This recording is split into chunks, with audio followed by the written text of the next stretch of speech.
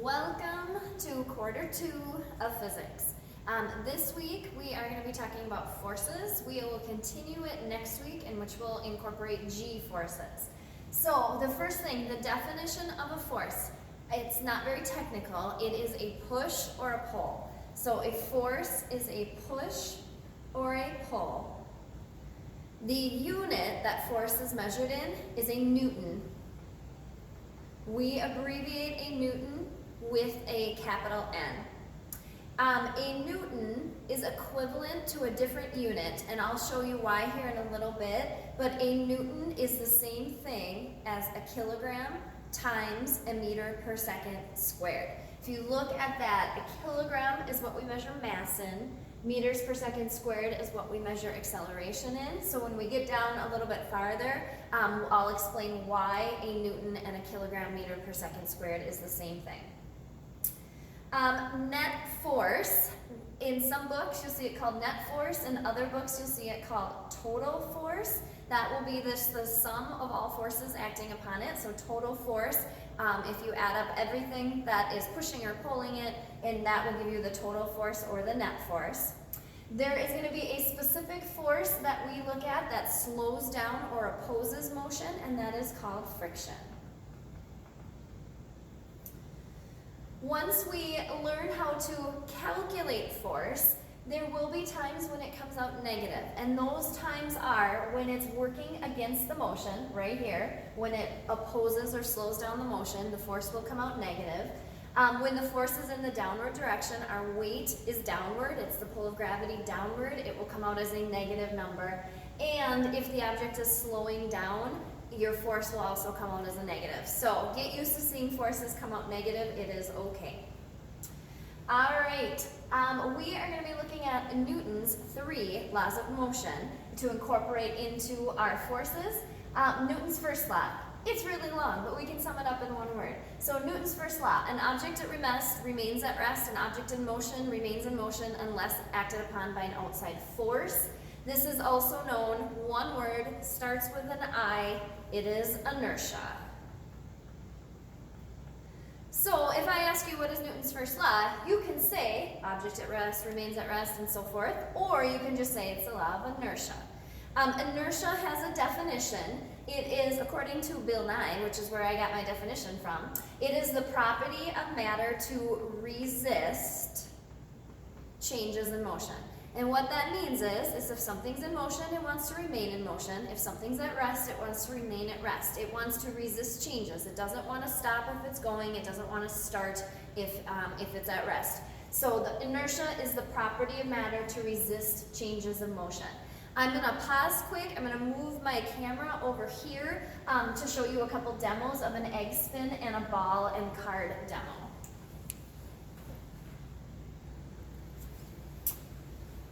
Okay, I am going to show you 2 examples of inertia. The first one is going to be with this egg right here. Okay, on this egg, I am going to get it started spinning, and then I'm going to stop it. Spin, spin, spin. When I stop it and take my finger off of it, it restarts it spinning. So the egg spin is spinning. I stop it. Once I take my finger off, it starts itself spinning again. This is an example of inertia.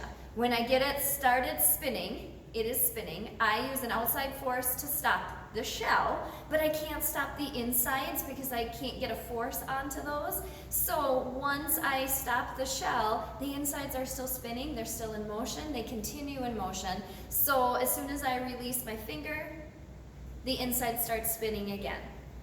All right, so that's an example of inertia. The object in motion remains in motion until acted upon by an outside force. All right, here, the ball and card demo is another example of inertia. I am going to take this ball and I'm going to place it on top of it's a piece of plexiglass. And what I'm going to do is I'm going to give an outside force to this right here. This ball is at rest. It wants to remain at rest unless acted upon by an outside force. I'm going to give this, the plexiglass, an outside force, but I'm not going to give the ball, it won't be hit by the spring. So it's going to have just a little bit of force of friction between the two of them, but if the inertia is too great, it wants to resist changes of motion, that ball is not going to go anywhere. Just like that.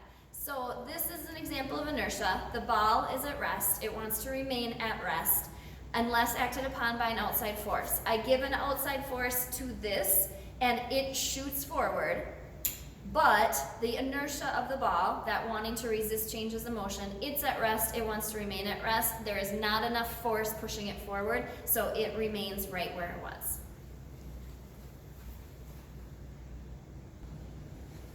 All right, so that was Newton's first law. We are now going to move into Newton's second law, and what it states is that force, mass, and acceleration are all related to each other. So if you look at Newton's second law, the law is just an equation. F equals ma. The F stands for force. It is equal to m, that is mass, times a, that's acceleration. So force is equal to mass times acceleration. If you look at the units of everything, mass is measured in a kilogram. Acceleration is measured in a meter per second squared. Instead of having to write a kilogram times a meter per second squared after every single problem that you're solving for force, what they did is they just made up a new unit. They called it the Newton, an N, and it represents a kilogram times a meter per second squared. So they made up a new unit in the metric system, named it after Isaac Newton, who came up with Newton's laws of motion. And what a Newton is it's the same thing as a kilogram times a meter per second squared. Okay, if you ever forget that, you can just look at the equation. You know that mass is in kilograms, and you know that acceleration is in meters per second squared. If you put those two together, that's what a Newton is equivalent to. Looking at how are the variables related. Remember from before, directly means they do the same. If one goes up, the other goes up. Inversely means they do the opposite. So if one goes up, the other goes down. So force and mass. Okay, let's say you're on rollerblades. Okay, if you and your little sister are both on rollerblades and you get pushed the same amount, whoever is bigger is not going to accelerate very fast. So force and mass are directly related. The more massive you are, the more force is needed in order to push you. So they have a directly related together. So the bigger you are, the more force is needed. Same with force and acceleration. They are also directly related. If you want to accelerate faster, you have to push with more force. So the more faster you want to go, the more force you need, or the more force you push with, the faster you will accelerate. Finally, mass and acceleration. These are going to be the ones that are inversely related. They do the opposite. The bigger you are, the slower you're going to accelerate. Okay, a good way to help you remember, if they are, for this equation, if they are on opposite sides of the equal sign, they're directly related. So force and mass, force and acceleration. And if they are next to each other, mass and acceleration, they do the opposite. They're inversely related. Or if you have force in there, it's directly related. If there is no force, it's inversely related. All right, a key thing as we're talking about mass and then bringing into it weight, they are not the same thing. So mass is how much stuff you're made up of. It's how much matter you have, and it's measured in kilograms, so it's how many molecules you're made up with. Weight takes your mass and it applies the force of gravity to it. So the force of gravity, due to gravity on the mass, it is a force, so it is measured in newtons. So mass, how much stuff, how many molecules you're made up of. Weight is your force of gravity pulling down on your mass. If you were to go to the moon, your mass would not change. You would still have the same number of molecules, but your weight would, because gravity will change at the moon, and you won't weigh as much because there's less gravity there. So a key thing, and we're going to kind of circle this to make sure you can find it again. Weight is a force, means it's measured in newtons. All right, off to the side, I'm just gonna put something over here and I'm gonna have you, we're gonna have a couple of important things to remember. This right there, you're gonna wanna be able to find that again later.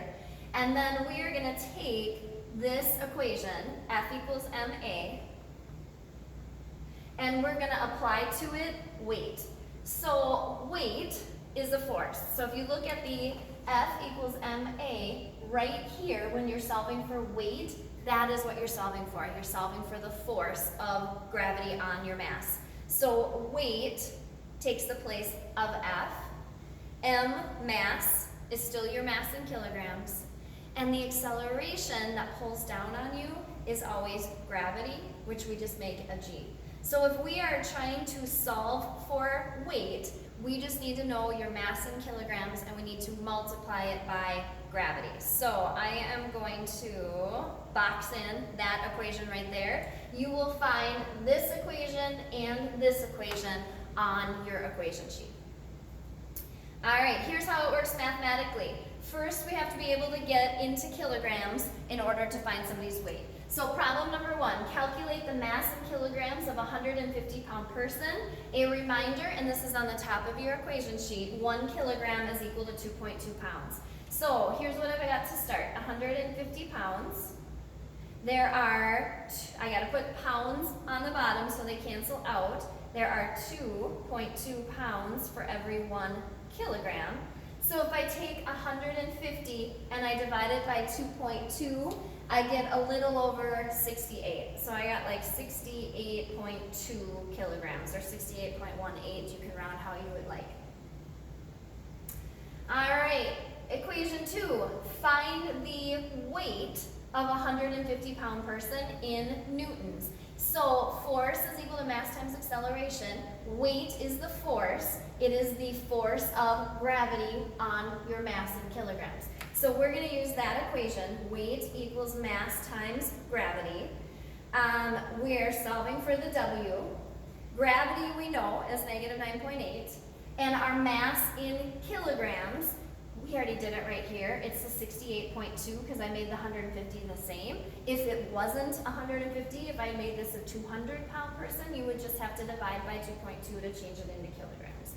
So as we do that, our weight is equal to the mass in kilograms, 68.2 kilograms, multiplied by gravity, always negative 9.8 meters per second squared. When you take 68.2 times negative 9.8, you will get a negative weight. It will always be negative because gravity pulls downward, it becomes a negative force. And I got, when you round, I got a negative 668. It is in newtons, but a newton is the same thing as a kilogram times a meter per second squared. Kilogram times a meter per second squared. You don't have to write that out every time it becomes a newton. So that's just the easier way to go about it. All right, Newton's third law. Newton's third law states for every action, there's an equal and opposite reaction. So for instance, if you take a book and you put it on a table, okay, that book is going to push downward with the same force as the table is going to push upward. Neither one is pushing with more force. It's equal and opposite, and that is if the table pushed with more force, it would raise the book up. If the book pushed with more force, it would push the table down. They have opposite and equal forces. For every action, there's an equal and opposite reaction. Another example, if you've ever taken a balloon and blown it up, so I'm a horrible artist. There's my balloon. So you blow it up, but you don't tie it off. Once you let it go, all the air goes out that way, which makes the balloon, when the air comes out, the balloon shoots back the other way. Shoots in the other direction. Okay, so for every action, the air going out, we have an equal and opposite reaction. The balloon gets pushed the opposite direction. Okay, so just to recap, we talked about the definition of a force and what unit it is measured in. You'll sometimes hear it called net force or total force, and that is just the sum of all forces acting upon something. And we have a special type of force that we'll deal with, and that is friction. It's what slows down motion. Then we went into Newton's 3 laws of motion. The first law is the law of inertia. An object at rest wants to remain at rest. If you're in motion, you want to remain in motion unless acted upon by an outside force. I gave you a couple of examples of that. You can, I have a little video clip here of the Mythbusters trying to pull a tablecloth out. It's like that magician trick where you set up your whole table and then you try and pull a tablecloth. And you can watch them try to do it using a motorcycle. And then we have Newton's second law. It's just this equation. Force is equal to mass times acceleration. We learned how the variables are related to each other, and we also learned that mass and weight are not the same thing. Mass is just how many molecules, how much matter you have, whereas weight takes your mass and applies the force of gravity to it in the downward direction. So weight is a force measured in newtons. If this equation and this equation, they're the same thing. This is just rewritten to solve for weight. Weight is the force. It is the force of gravity on your mass. We were able to do a couple of examples there. And then finally, Newton's third law, for every action, there's an equal and opposite reaction. For your first force assignment, you're going to work through the notes and you are going to solve for those guys right there. And then when you get down to number 25, this is where you're going to start doing a little bit of math for me. The first two, 25 and 26, are pretty straightforward, but if you go to number 27, this one's a little trickier. So I'm going to get it set up for you as well. Number 27, a 6-pound duck is trying to land on a frozen pond. The duck hits the ice going at 15 meters per second and stops after a distance of 20 meters. Calculate the force due to friction. Okay, so force is mass times acceleration. That's the equation that I'm going to have to use. Right away, I can find my mass in kilograms. If I know pounds, I just have to divide by 2.2. So to find my mass, I'm going to take 6 pounds. There are 2.2 pounds for every 1 kilogram. And if I take 6, divide by 2.2, I get like 2.73, if I check my math over here. Yes, 2.73 kilograms. All right, so I'm going to just pop that in over here. My mass is 2.73 kilograms. I need to know the acceleration in order to solve for force. Okay? It doesn't give that to me. What it gives me is an initial velocity, a final velocity coming to a stop, and a distance. So the things that I have the initial velocity is 15. I have a final velocity, it's coming to a stop, so it's 0. And I have the distance that it takes is 20 meters. I scan my equations. I gotta go back to one-dimensional motion. I have to look through my equations and I have to find one that has an equation that can help me solve for A. Notice I don't have a time. The only equation that works when you don't have time to solve for your acceleration is that VF squared equals VI squared plus 2 times A. In this case, we're moving side to side on the ice, so it's delta X. All right, so you're going to plug in these variables. You are going to solve for A, and once you have A, you'll plug it in right there, multiply it by your mass in order to calculate your force.